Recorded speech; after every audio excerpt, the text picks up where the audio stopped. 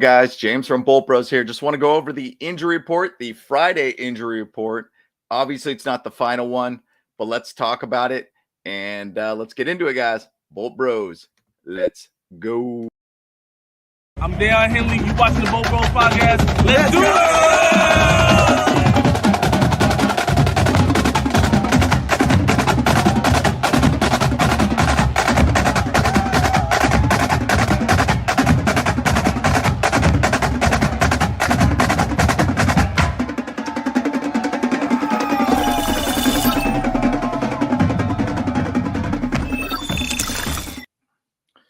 It's been a long time where I could literally say there's no excuses with this team at all. We're pretty healthy. It's kind of wild to see. But Gerald Everett obviously sat out against the Bears. He has had 2 full practices. They still got to practice tomorrow on Saturday because since we got the Monday night game against the Jets, they still have that other day to work on, the team, game plan and such. So, at this moment, he has actually played for the week. So he hypothetically at this point should be good to go.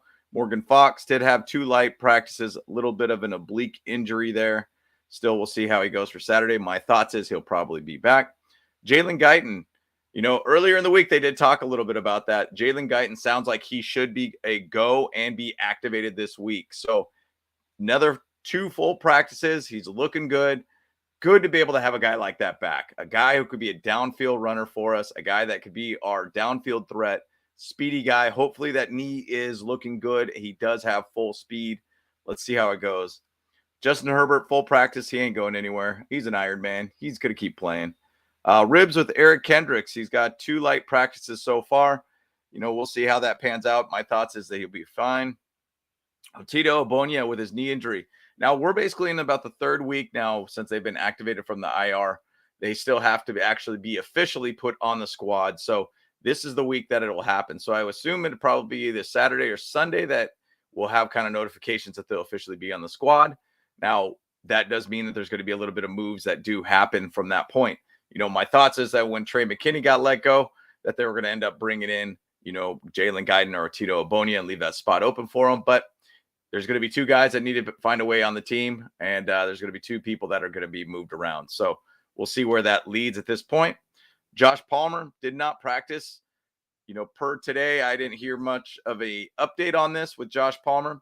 Once again, when he was playing against the Bears, he was like, hey, look, I'm not going to let my guys down. I'm going to get back out there and make it happen.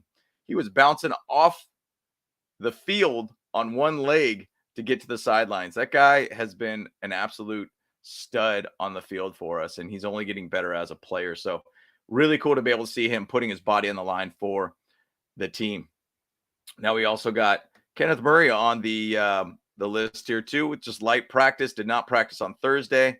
Shoulder situation. We'll see where he ends up landing on Saturday. We'll give you guys an update on Sunday when we do our live talking about the whole Jets Chargers game for Monday Night Football. And then for the Jets, Dwayne Brown, full practice, should be fine. Hip injury, no problem at this point.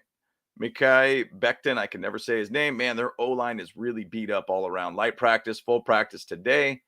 Irvin Charles, full practice shoulder, no problem. Randall Cobb should be good to go.